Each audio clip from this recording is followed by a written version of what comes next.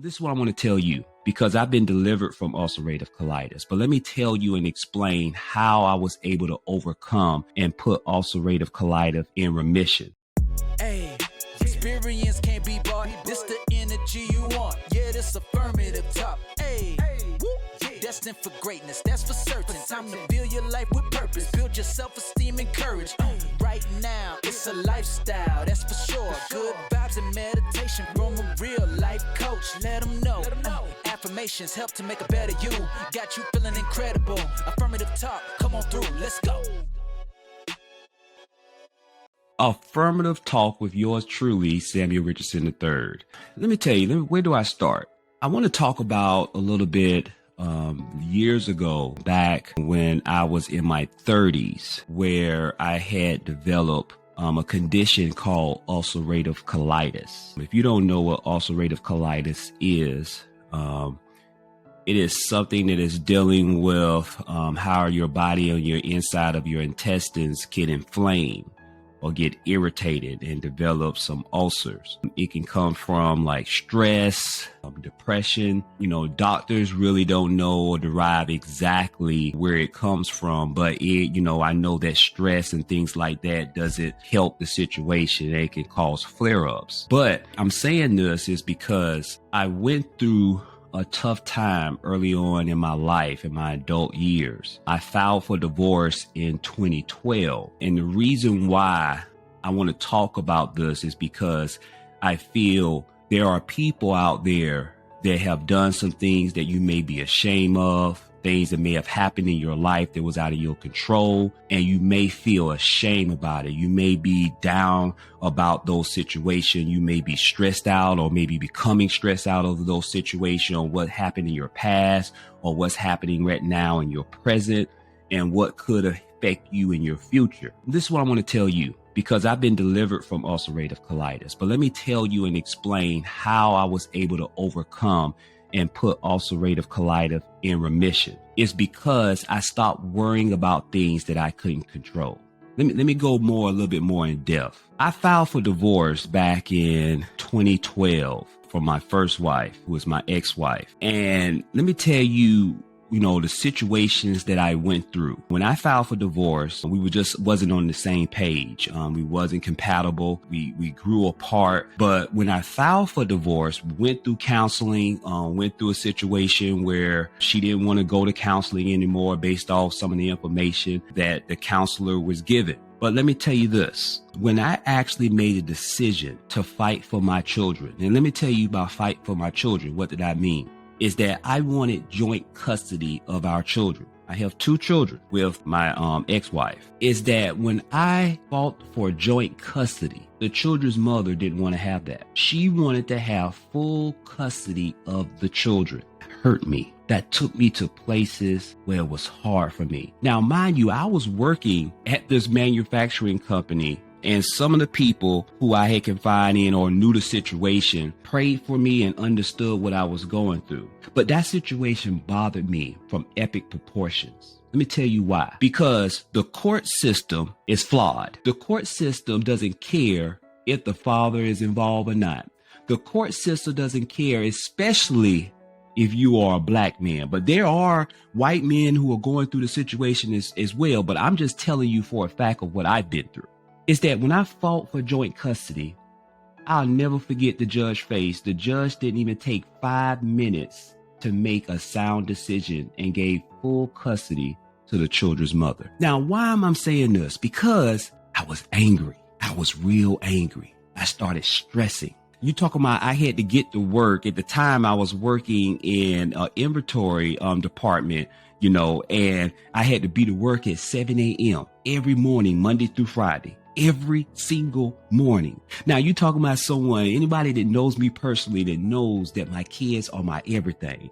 Been there since day one, but it was hard. So what I tried to do is I tried to, you give full custody to the children's mother. So what I did is I started going and getting up earlier in the morning to go by to see my children's at school that they was attending at that time before I go into work. Yes, I was late sometimes going to work. I talked to my supervisor at the time, explained to him the situation that I was going through and that my children were my everything. And since the court system took my rights from me, the court system took my rights from me.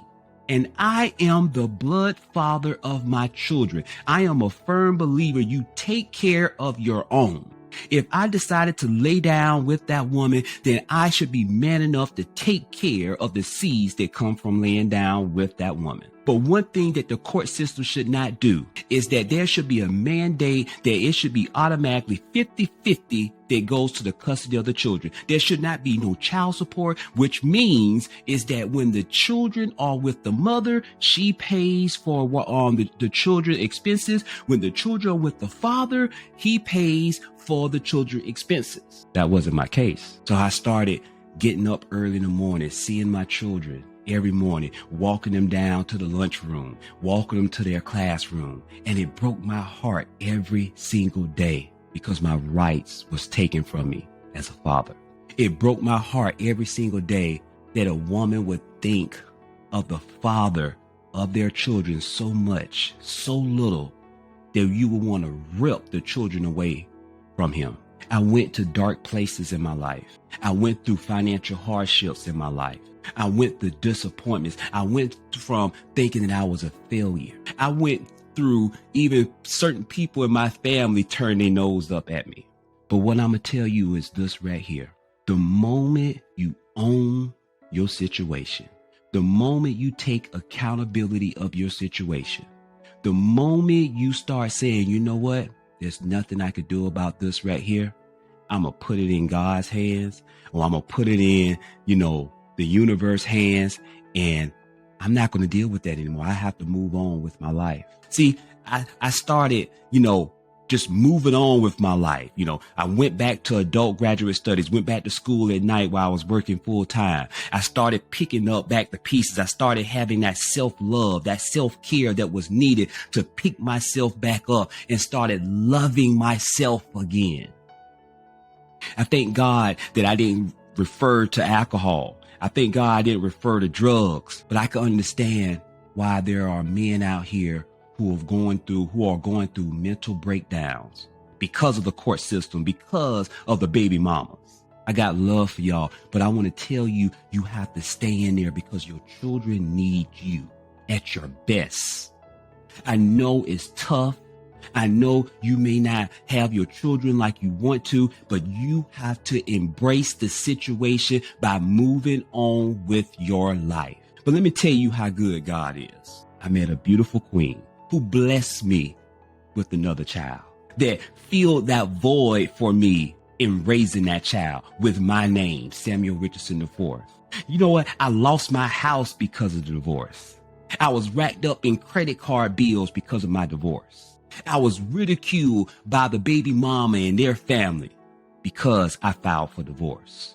I was told by certain people, it's cheaper to keep her. But I said, oh no, I have to move on. I can't live in a toxic situation no more because I found myself on a hospital bed. I found myself getting colonoscopies at an early age, at a young age, getting colonoscopies. I found myself when I used the bathroom, there was blood coming out. I found myself that I couldn't even hold my stuff because of the ulcers that was developing in my intestines. I found myself hitting rock bottom in my life because I said to myself right then and there, do I want to live or do I want to let this situation consume me and end up dying? I chose to live. I chose to move on with my life. And that's what I want to tell someone. Move on with your life. Stop trying to control everything. Stop trying to do everything on your own because guess what? You can't do it. Be yourself. When I started embracing it, that yes, I have 2 children before I had Samuel Richardson IV. The moment I started embracing, guess what? I went through a divorce. I filed for divorce because I didn't want to live in a toxic situation anymore. I wanted joint custody, but guess what? The baby mama didn't want me to have joint custody. The judge didn't want me to have joint custody. The moment I accepted the fact that there's nothing else I could do, I moved on. And it's within my moving on, I started developing peace. I started developing reconciliation with myself. I forgave myself on what I've been through. But that's it right there, man. I hope that this video has touched someone's heart. I hope that this video has moved someone in a way that can relieve your stress or the depression that you're going through. Because I promise you, I done been there. And don't let me get started where you get to a dark place and so much you start thinking or start rationalizing. Is life worth? Don't allow that to happen. You cannot control everything. But what you can control is how you accept the things that come into your life. What you can control as much as possible is your mental health, because you don't want to allow negative, toxic situations to start going into your body and start affecting your mind and start affecting your body. Your body and your mind is your temple, and you must do everything possible, whether it's prayer and meditation. Continue to work on yourself. Continue to be the best version of you. Those are the things that you can control, and move on with your life. This is Affirmative Talk with yours truly, Samuel Richardson III. Be blessed.